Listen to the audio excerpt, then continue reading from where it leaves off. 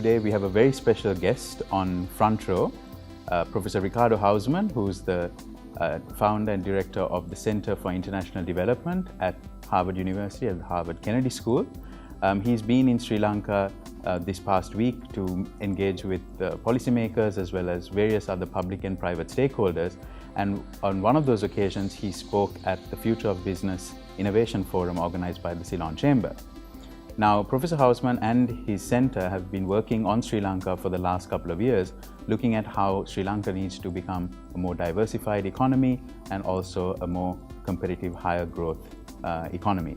We're very lucky to have him with us today for a brief interview, and I'm going to dive right in. Professor, what does innovation mean to you? Well, innovation to me means several things.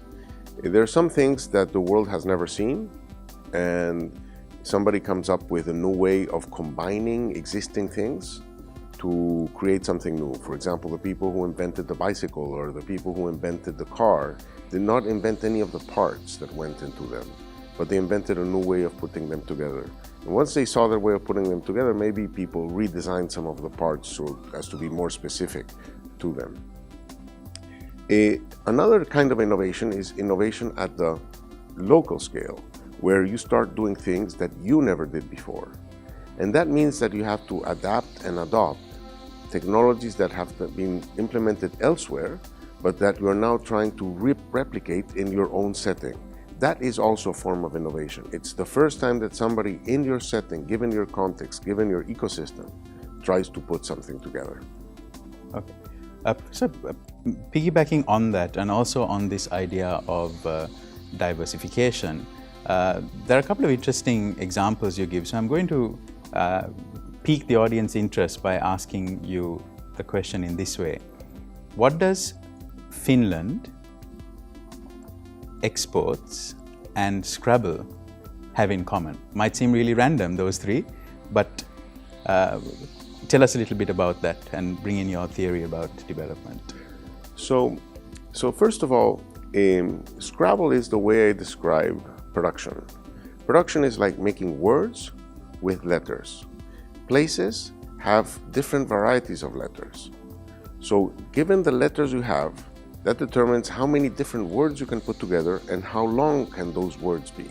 The more letters you have, the number of combinations explodes combinatorially, and the length of the words increases as you increase the number of letters. So that means that places that have more letters stand for, say, productive capabilities. The places that have more letters become more diversified and make more complex products, longer words. So there's been a long trend among development economists to think that what you need to do is to add value to your raw materials. Add value to your raw materials. That is one of the most dangerous ideas in development, because it convinces people that they have to focus on their raw materials, while the raw materials are only as far away as the nearest port. And here in Colombo, the nearest port is really near. So all the raw materials are there. All of production means adding value to some raw materials, but why should it be your raw materials? So the way in which diversification happens is not so much in countries adding value to their raw materials, because they're not limited by their raw materials. Nobody informed the Swiss that they did not have cocoa trees when they wanted to do chocolate, right? So take the case of Finland. Finland is a country that is full of many, many trees and has relatively few people. So it has an enormous number of trees per capita.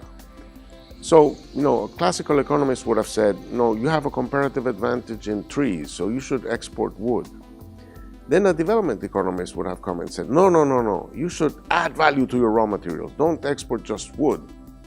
Export furniture, export paper, add value to those raw materials. And actually that did happen in Finland. But the interesting part of Finland is that because they were chopping wood and chopping wood and chopping wood, they became good at machines that cut wood. And from the machines that cut wood, they moved to machines that cut, because not everything in life is made out of wood.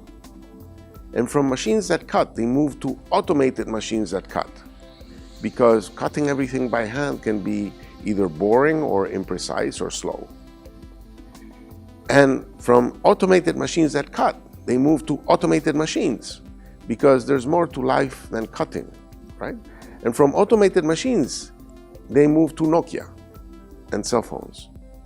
But from cell phones, they had trouble moving to smartphones. So you see, the process of development is not so much what happens to your raw materials. Instead, it's what happens to your capabilities.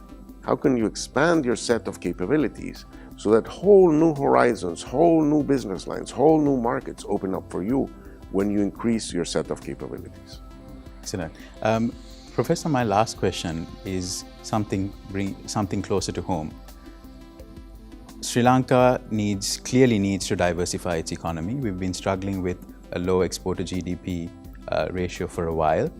We've clearly run out of steam on the growth model that relied on domestic activities. And we are really vulnerable when it comes to external factors because we have such a narrow export and production basket. You and your Center for International Development have been working on this issue for a while and been advising government.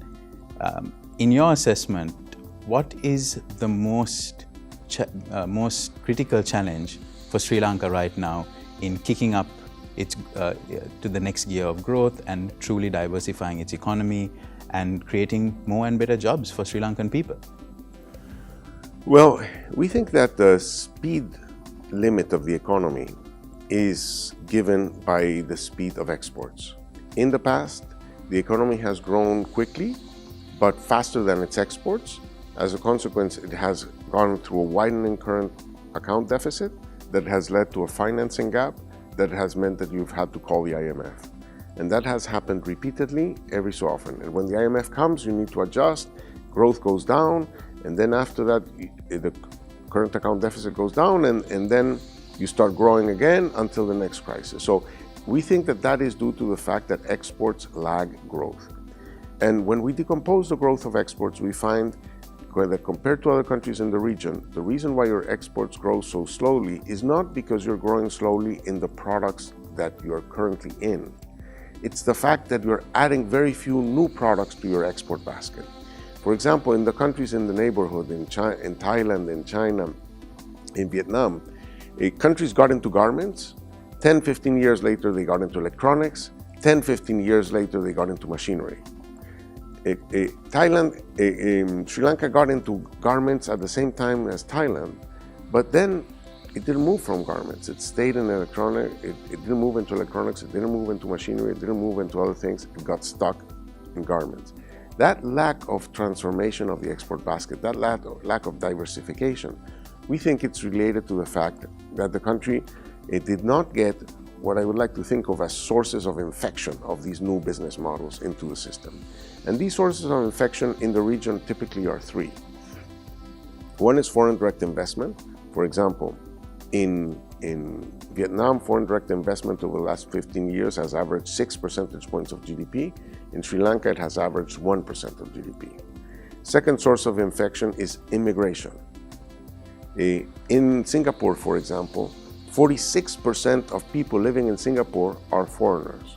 In Sri Lanka, 1 out of 540 people is a foreigner. So it's almost 1 to 2 in Singapore, it's 1 to 540 in Sri Lanka. Foreigners bring new ideas, new ways of doing things that when combined with the locals, it can create new words, new products. It's a new letter that comes in that combined with existing letters can make new words. And the third one is diaspora. And for example, the diaspora has been critical for the diversification of India. In Bangalore and Hyderabad are deeply connected to Silicon Valley through the non-resident Indians that are working in Silicon Valley. Sri Lanka has a diaspora, but the diaspora has not been as connected, as involved in the transformation of the country. So I would think that expanding the opportunities for interaction through immigration, and the government is focused on a reform of the immigration law, through deepening the ties with the diaspora. The government discovered that when a Sri Lankan adopts another nationality, he uses any rights to live in the country. So now they have adopted this mechanism to give permanent residence to Sri Lankans who have changed nationality abroad. That's important to maintain the link, the emotional, cultural identity link with the Sri Lankans that live abroad. And I think it's opening up to FDI. We have been working with the Bureau of Investments to transform their processes and to make them more active in seeking FDI abroad. For example, in our engagement, we realized that there was a shortage of land, industrial land and industrial zones. And since 2003, the BOI had not opened a new industrial zone. So right now there are 3 in the process of being opened, constructed and so on. And I think that relaxing that land constraint, opening up to people might help.